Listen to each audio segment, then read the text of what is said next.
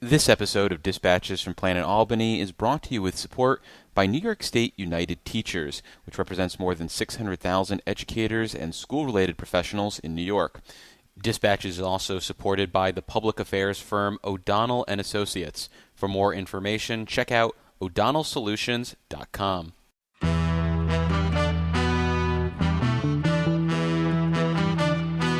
I've also declared war on potholes, so here's the first shot across the bow. Well, as you know, with Planet Albany, there's always something that makes the planet turn. And it's this amazing view of D.C., and Eddie Vedder comes out, and he goes, "You have a cigarette?" And I've never smoked in my life, but if I had, I wish that was the moment. And this strategy takes us from potholes to knotholes. I would like to say it was a pleasure, Mr. Kim. But I'm on the road. I'm David Lombardo, and this is Dispatches from Planet Albany, a podcast about power and politics in New York. And on today's episode, we're considering the future of the Democratic Party in New York with Matt Castelli, a one-time aspiring Blue Dog congressional representative until those hopes were dashed in 2022 by Lee Stefanik, who recently wrote to the county committees in his party for input on what they think it means to be a Democrat, as he has argued they need to be more than just a resistance to President Donald Trump. And the former CIA operative who now calls Dutchess County home is joining us in the studio to talk about this letter and his vision for New York Democrats. Welcome to the show, Matt, and thanks for visiting us in the Capitol. Thanks, David. So let's start with the thesis that New York Democrats can't just be the resistance party. Based on how well Democrats did in New York and across the country this past election, why can't that be their raison d'etre? It's a good question. I think we have to look at the party's focus and strategy beyond just any given election cycle. And one of the reasons why I engaged in this was looking to history. Was really inspired by an example of FDR. As a young FDR in 1924. This is in the aftermath of a disastrous election nearly 100 years ago. And the parallels between the 2024 election and the election in 1924 are actually pretty stark, where there was this sort of difference and fight for, well, what does the party represent? You have these different factions tearing in one direction versus another. In 1924, you had progressives and centrists. You had Northerners and Southerners. There was prohibition and folks interested in its repeal and not. And they went through a very contested convention where it took 103 sort of ballots to figure out a consensus candidate. They finally went with John Davis out of West Virginia, and he gets slaughtered by Calvin Coolidge, the Republican Party. And so the party was sort of lost in the abyss at that particular time. And FDR, young man who had been coming out of his sort of discovering and dealing with the effects of polio, saw fit to sort of figure out, well, how can I be helpful here? And how can I plot my own political comeback? Possibly. Probably. Probably. Which we can get to how that fits into Sure. the 2025 Matt Castelli future. Sure. But I think he tries to be helpful. And he tries to say, listen, we have all of these different factions. And even right now in these parallels, I think folks look at this election like, well, what is actually the thesis? Is it just resistance, or is it, what brand of the party is sort of standing up? We saw success all across New York State, to include New York City. We saw success in other areas of the country, New Jersey, Virginia, from centrist, moderate Democrats. And so what does that mean for the party? I think that there's an opportunity, though, because just like that particular moment in time, we were faced with a question of, like, what does the party represent? What's sort of the unifying thesis across these different factions? If we are a big tent, what's the common thread that sort of ties us together? And I'm not sure we've actually established that for voters. I think voters are upset. I think we live in times where it's not just about resistance to Trump or Trumpism. It's actually about who's delivering for me here and now. I find the times that we live in are ones that we sort of expect as people, certainly as voters, delivery of results. And you can talk and campaign all you want about issues that matter to voters, as the president did in the 2024 election. But if you don't deliver, you will be penalized for that. And so I think we see that in this election. But I think it's important for Democrats to sort of step forward and say, well, beyond just this election in 2025, what we're going to probably enter into in 2026, what's the enduring brand for the party? Well, it sounds like you're saying that New York Democrats, maybe Democrats more broadly, have a messaging problem and not a vision problem. And is there a difference between those two things? Because I would argue that there are only a handful of Democrats nationally or even here in New York that are good at communicating a message that makes sense to voters. Well, it's got to be consistent. And I think the difference between a message and a vision is it's tied to actual policies and results. Okay. There's a consistency there. There's an organizing thesis and a mission statement that drives all effort, that it's consistent, that we're not torn in multiple directions. You know, as you've been paying attention, and your listeners do, over the course of this last year, there's been a lot of debate about what ails the Democratic Party. And certainly there have been some folks that have focused on the lack of a clear and consistent message. Some have focused on sort of organizational and structural things about, well, how do we have organizing efforts beyond just the boom and bust of each election cycle? But I think even more broadly, as you've looked at some of these examples of folks analyzing what ails the party, some have pointed to the penalty of being a Democrat. I don't know if you've seen some of the research associated with this, that the Democratic Party brand, and I certainly faced this, I think, in my race in 2022, that all things being equal, if you looked at a candidate, same sort of profile, same issues, when sort of like poll tested, the Democrat would do 11 points worse than the sort of generic or independent sort of figure. And I remember in my race, people come up to me all the time, like, I really like you. I really like what you have to say. It's like, I just wish you weren't a Democrat. And I think that that's a problem. I think we do need to improve the party's brand, but it can't just be a messaging exercise like what we see out of the private sector. This isn't just a company that's trying to rebrand its narrative. It's got to be consistent with what is it that we actually stand for? Can people believe in it? And does that belief and trust come from results that we actually deliver? One of the other challenges that I think that has led to that perception has been perhaps we've tried to be too many things to too many different people, that when you start to do and you have this sort of diffuse aspect of all of the different things you're trying to achieve, people aren't in a clear position to say, well, what do Democrats actually stand for? So I think that there's like a honing and a focus on the things that matter most to folks.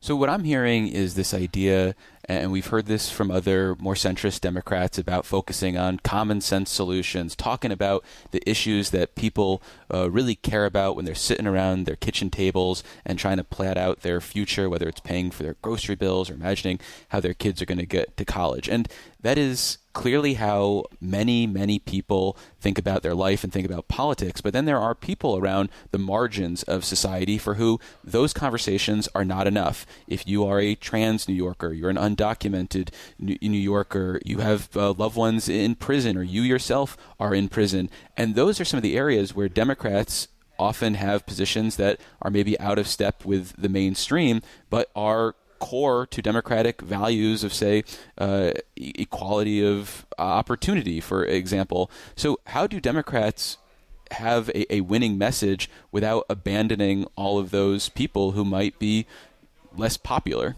when it comes down to fighting for people? Well, I think it's extending the promise of the American dream to everyone. I think that's not necessarily super popular. I mean, immigrants come in and say, let's shut the door. I'm here. We've got enough people now. Listen, I'm a grandchild of immigrants to this nation. Sure.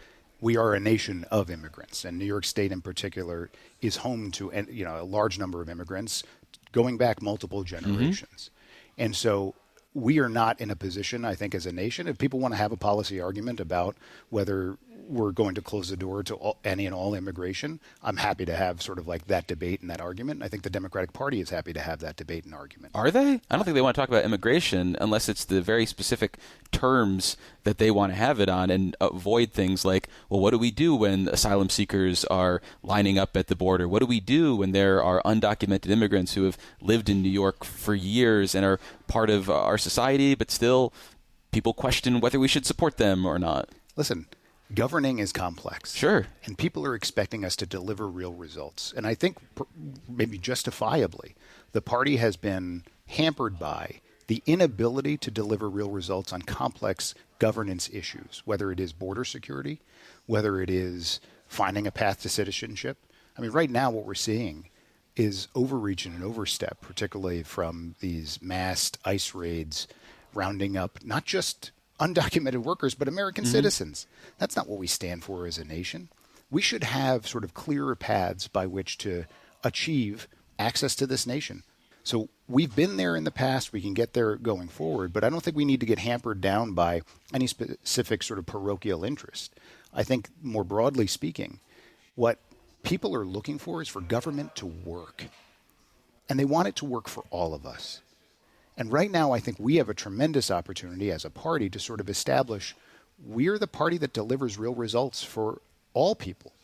Well, sticking with that message of delivering results for all, does that mean you're dyed-in-the-wool supporter of New York City Mayor-elect Zohran Mamdani, whose whole platform is about getting everyone involved, making sure no one's left behind on childcare, making sure that everyone can ride the bus regardless of their ability to pay, whereas here in Albany, Governor Kathy Hochul's position is, okay, let's do incremental change. Let's try to help as many people as possible, but with the recognition that we can only go so far. I mean, which works better from a messaging perspective, from your perspective? Listen, I think the goal, whether it's something to aspire to or to deliver on an immediate basis, is to enfranchise folks, to give them access to the liberties and freedoms that we all have, and to solve the problems facing everyday Americans and sort of working families throughout not just New York City, but throughout this state and throughout the nation.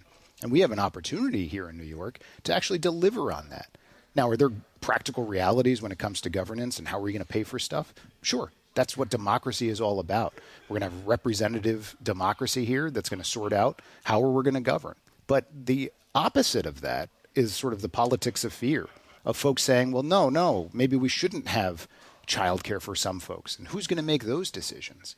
I think the Republican Party and some of its leaders are more than happy to say that, well, we should just leave this up to the private sector and we should just leave this, some of these basic needs for working families up to those who can afford them. Well, they'd say we need to make all of these services more affordable, and that it's the Democrats who have made all these things prohibitively expensive, so we can't do the traditional ways of solving these problems, whether it's child care or accessing health care.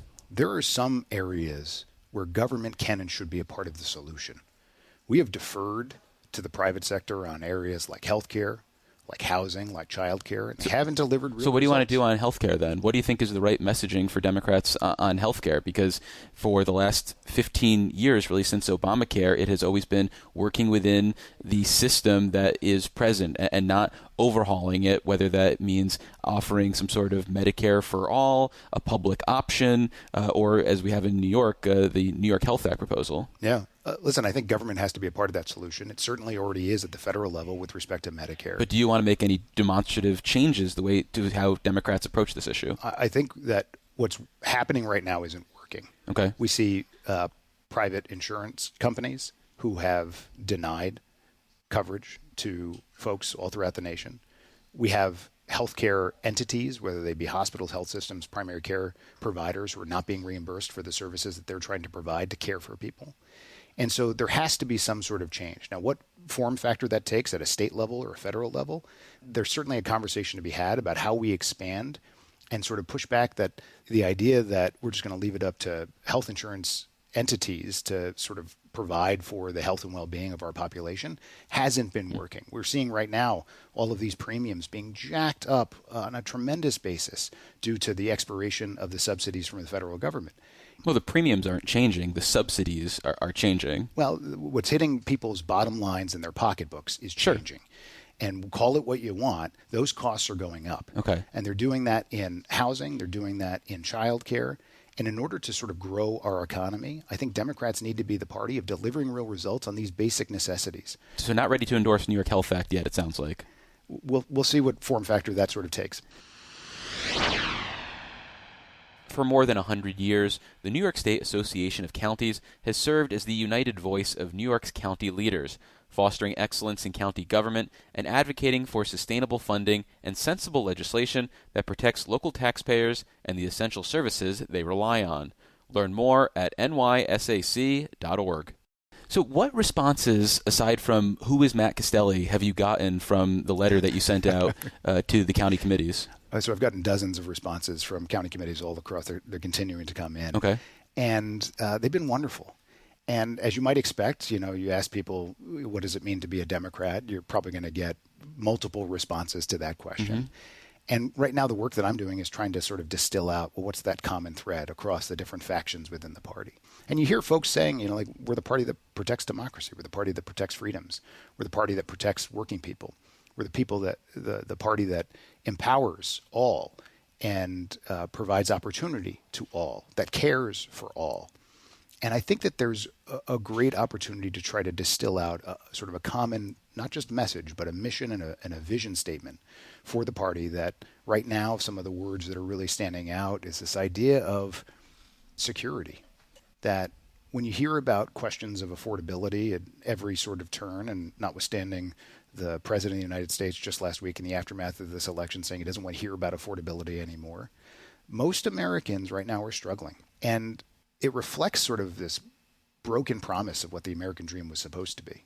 The American dream is about, listen, if I work hard, if I contribute to society, I'm going to have the opportunity to get ahead. I'm sorry to interrupt you, but I mean, this sounds rhetorically wonderful, and it's a great speech, and if you're on the stump, this is going to get people riled up. But if you're actually in a Democratic primary, for example, and the moderator's asking you, well, what is the right answer to affordability? It doesn't sound like you've necessarily gotten that response yet from the Democratic leaders around the state, that they haven't actually said, well, here's the policies that we stand for. It all sounds pretty rhetorical in nature. And I think, isn't that kind of the problem that Democrats have, which is that they can campaign with this poetry, but then if they're actually in office, it doesn't necessarily work? Well, I mean, what do they stand for? Sure. So I think there's a chicken and egg problem. Sure. You start with the policy and then get to a vision, or you start with the vision and you have cascading policies that come from that. Okay. I think having a consistent common vision is the starting point, and then you can come up with, my former government career, lines of effort in support of that mission statement.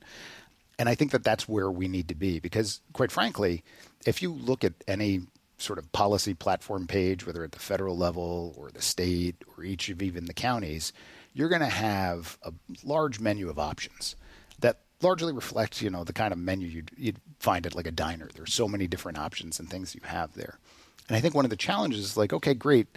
Most people actually support Democratic policies, but they still are struggling to understand, what does the Democratic Party stand for? Mm-hmm. What do they represent? What do they mean? That's the question and the problem. Isn't that the challenge of a big tent, though, is that a Democrat in New York City, for example, is going to look a lot different than a Democrat running in the 115th Assembly District? Possibly. And that's a wonderful thing for our democracy, because it should be. It's a representative democracy. Your elected leaders should represent, or those aspiring to it, should represent their communities. But as a party, our responsibility is to come up with, what is the tie that binds? What is the thing that brings us together? So you don't feel like we have to have a unified position on, say, the HALT Act, for example? Not necessarily, no.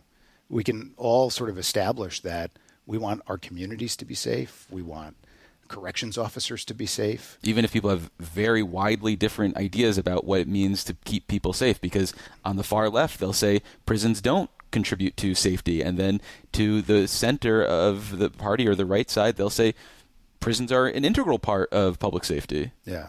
We have to be always a party of providing for the basic expectations that citizens expect of government, which is to keep them safe. Mm-hmm. Which is to provide for sort of basic security within our communities. But that definition of security is expanding. It's not just about public safety. It's about job security. It's about economic security. We need to take true responsibility for the role that government has to play and the opportunity that government has in providing for the American people.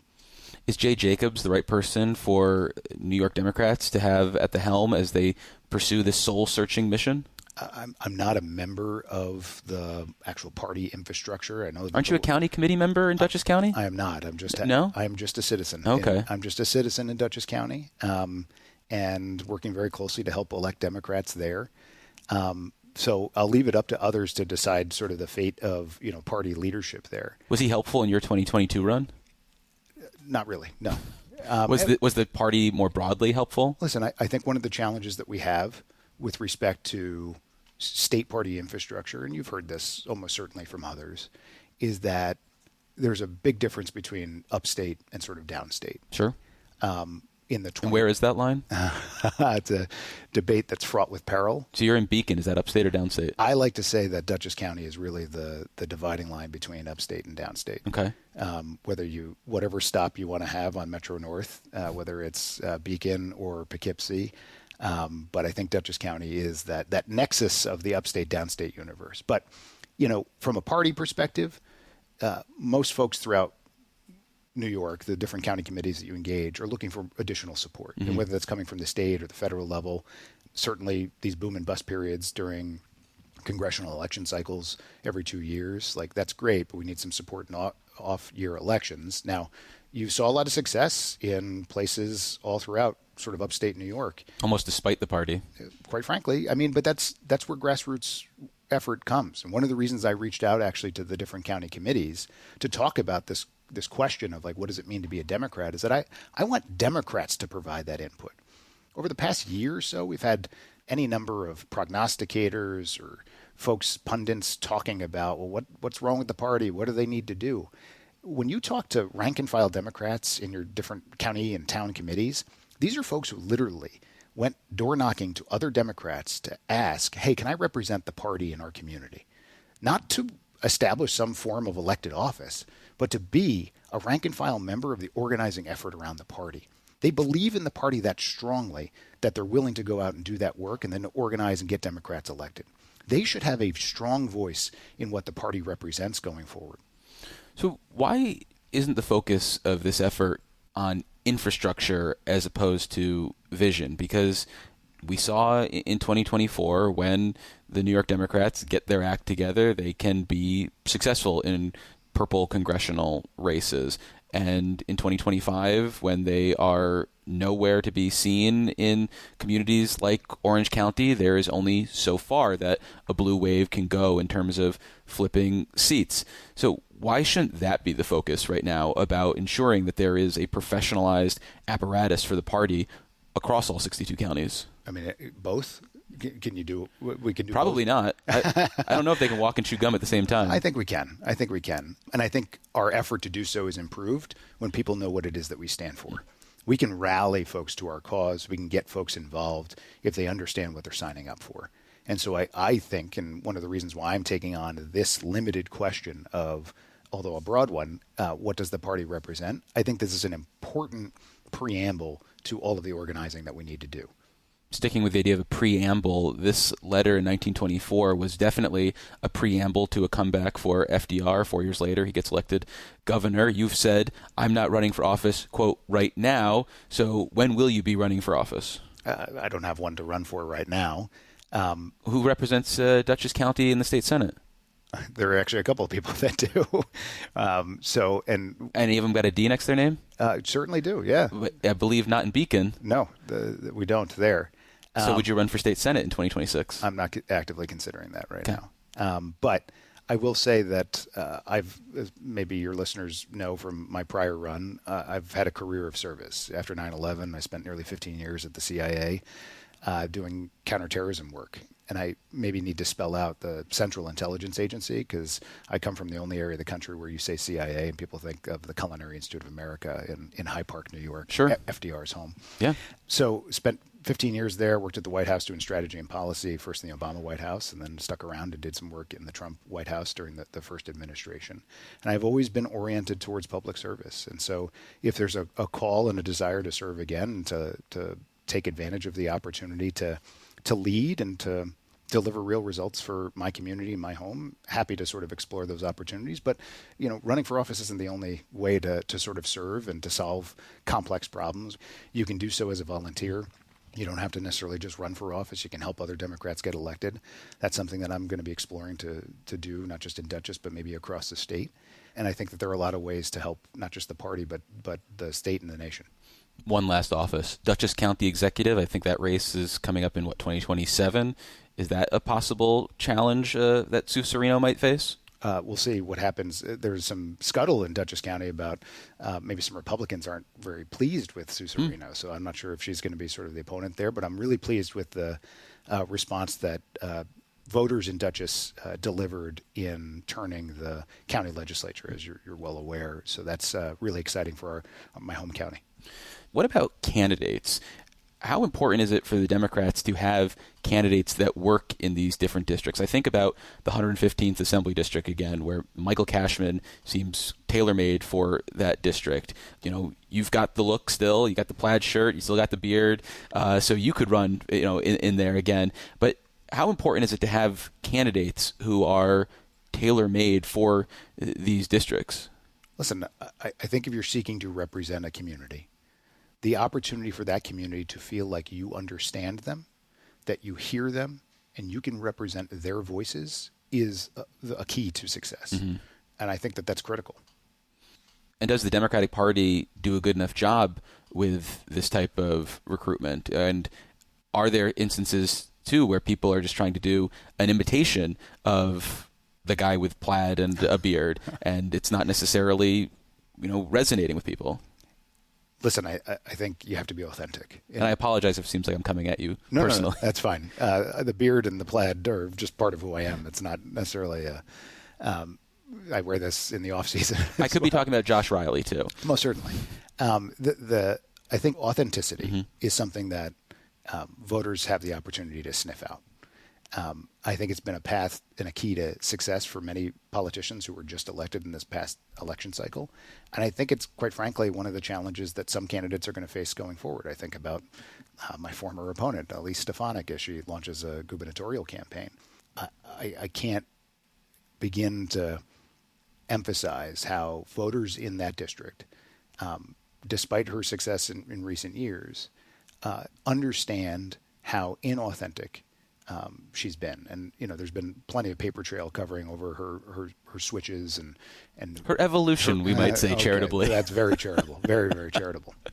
And I think she's going to have a real hard time trying to appeal to voters in New York City when she's never set foot on a subway or could name one of the lines or hasn't, grabbed a slice of pizza somewhere. She might have gone on a day trip when she was at Albany Academy for Girls, maybe. Possibly. Her and Melissa DeRosa, back when they were still friends. Possibly. Who do you think should be the Democratic nominee based on the choices you have right now for governor, Antonio Delgado or Kathy Hochul? Governor Hochul. Because? One, she's the incumbent. Two, she's a strong leader for New York State. That right now. What does that mean?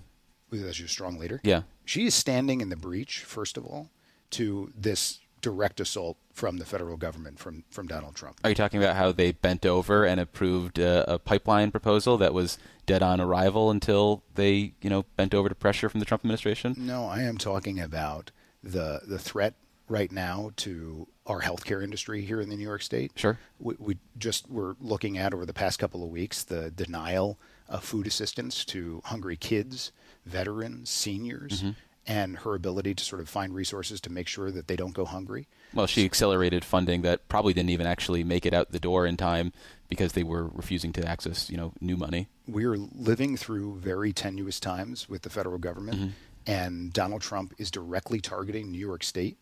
And I was encouraged to see some recent reporting that she's sort of pulling together folks to make sure that we're protected from sort of federal takeover. But all of that goes out the window if, God forbid, Stefanik is successful in her gubernatorial ambitions. But you don't think Antonio Delgado could mount that same defense for New York? Antonio Delgado had an opportunity as lieutenant governor to help serve the state at the state level. And I think it's fair to say he failed in that regard. I believe that Governor Hochul, and right now, getting back to sort of the original point, I think it's incredibly important for Democrats not just to unify around a common sort of mission. I think it's incredibly important for us to unify organizationally. I think it's incredibly important for us to be strong in this moment. And the strength and unity I see that we need to sort of band behind is behind the governor. What about the comptroller's race? Because we have some Democrats who say that the incumbent Tom DiNapoli isn't doing enough to stand up for working families and that he's not using the powers of the comptroller's office to their full extent.